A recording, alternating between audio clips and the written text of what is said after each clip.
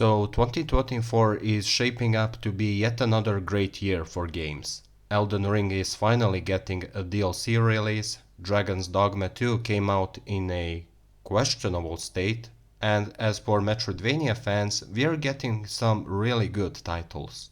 Then there is this one, Magnolia, Bloom in the Mist.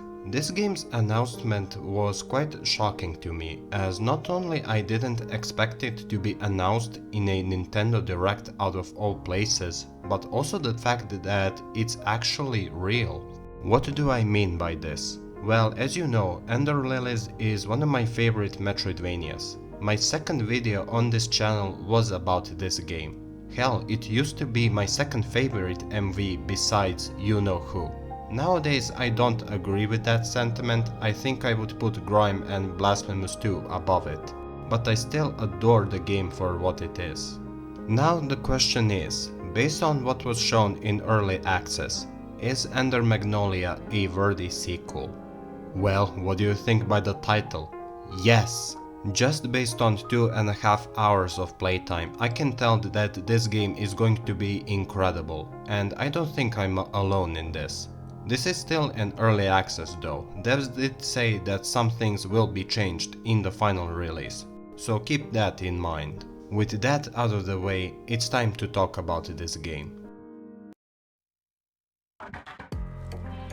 Let's start first with the world and atmosphere. Compared to the first game, this is the biggest difference between them. Ender Lilies was set in a dark fantasy filled with magic, knights, dragons and so on, while Ender Magnolia takes a different approach. Following decades after the events of the first game, the setting is drastically different. It's much more futuristic. It has a steampunk aesthetic, something like Lies of P for example. There are robots, mutants using chainsaws, giant machines, you get the point. I was originally not on board with this change in style, but that quickly changed. How? Well, the environments are beautiful, more so than in Ender Lilies. The uses of colors, the details in the areas, the locations themselves look incredible. Just from the tutorial area, you can see that the devs have a really good grasp of making decaying and dying land still look gorgeous. There is also another major change. This world is actually occupied with NPCs that you can talk to and interact with. The game even has a hub area. Now, some people might not like this considering the fact that the first game didn't have a single NPC. Some people like that approach more. I am not saying that one is better than the other, both have their strengths and weaknesses. I personally don't mind it. I can't talk about the NPCs themselves in full detail because there are no questlines just yet, so we will have to wait and see. Overall, I really like the setting of this game. It's completely different style yet still manages to feel like it belongs in this universe. Not only because of the art style but also because of the music, which don't worry, I will talk about it later. Now on to the next segment. The combat is very similar to the first game's combat, but done so much better. On surface it looks like the same. You have spirits that do attacks for you, dodging with iframes, healing, relics, different spirits to use in combat. It sounds like the same thing, but it really isn't, aside from healing system which is the same. First, the spirits themselves, or as they are called in this game, homunculi.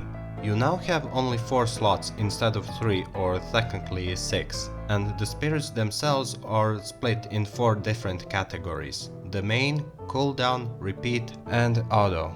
The main homunculi are your main choice of attacking enemies. The cooldown are the ones where you can't use them for a brief moment, repeat is constantly attacking with projectiles, and auto, well, it auto attacks enemies. Now here is a big twist. They don't have limited uses. This is a very significant change as it encourages experimentation with different weapons for your homunculi and you don't have to worry about running out of them. For now you can only acquire 5 homunculi, but you can give them different weapons. You can have Nola carrying a sword or a scythe, give Leto a shooting fist, or have Yolwan shoot chainsaws, cause why not?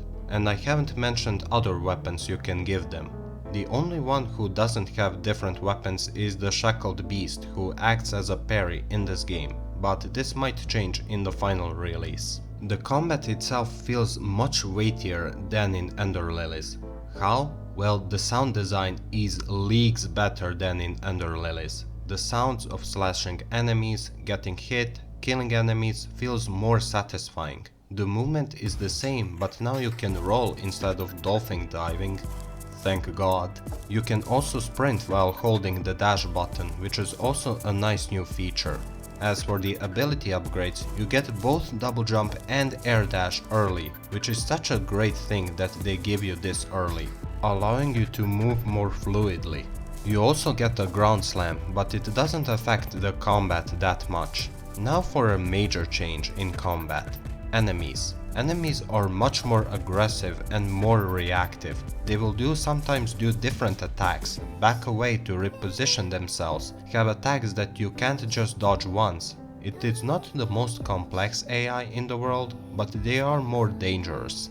However, enemies no longer can do contact damage, which is something that many people hated in Ender Lilies. You won't take damage by touching them, but if an enemy is doing an attack, you will get hit by that attack if you're in the range of it.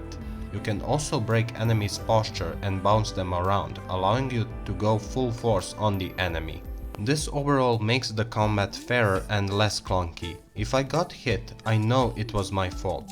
Now that I brought that up, there is a lot of debate around the difficulty. Many people are saying that the game is way too easy.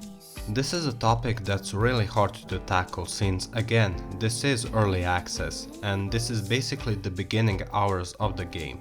Devs did say that they're aiming for a more linear difficulty where the game will get more challenging the further you progress. So we will have to wait and see, but I will answer this. Why did Ender Lilies feel more difficult in its beginning hours than in Magnolia? I think it's a combination of different things. For starters, there weren't other games that were similar in feel of combat like Ender Lilies. Ender Lilies' first hours are slower, your character is less precise, while in Magnolia you get the dash almost immediately, and you're more precise with your movement. Second thing to consider, since Magnolia's combat is almost one-to-one with Lily's combat, only much smoother, you're already familiar with it.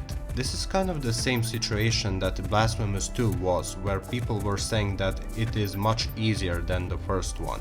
That's not to say that I haven't died in this game, because that would be lying. I died like 5 times, which all came from bosses. Just note that yes, the game is easier, but it's not a bad thing. So that's that for now. Now for the main meal, the bosses. I really enjoyed the bosses in Ender Lilies. They weren't groundbreaking, but they were still solid fights. Mostly, the only 2 standouts for me were Silva and Julius. Great fights right there. Ender Magnolia has given us 4 major bosses, each capping off a major area, just like the first game did. I won't go in full detail on every single boss, but I will say these bosses are really good. Not quite as good as Silva or Julius, but I have no doubt that the later fights will exceed both of them.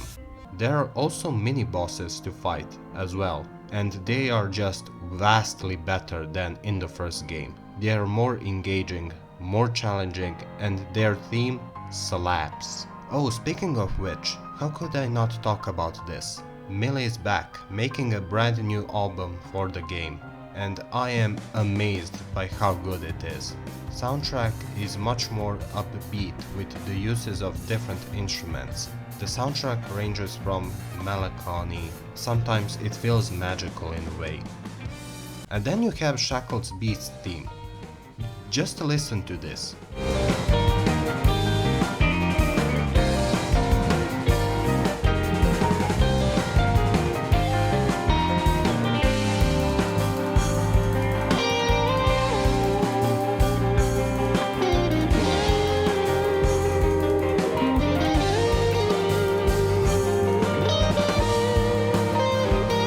It is amazing, don't lie to me.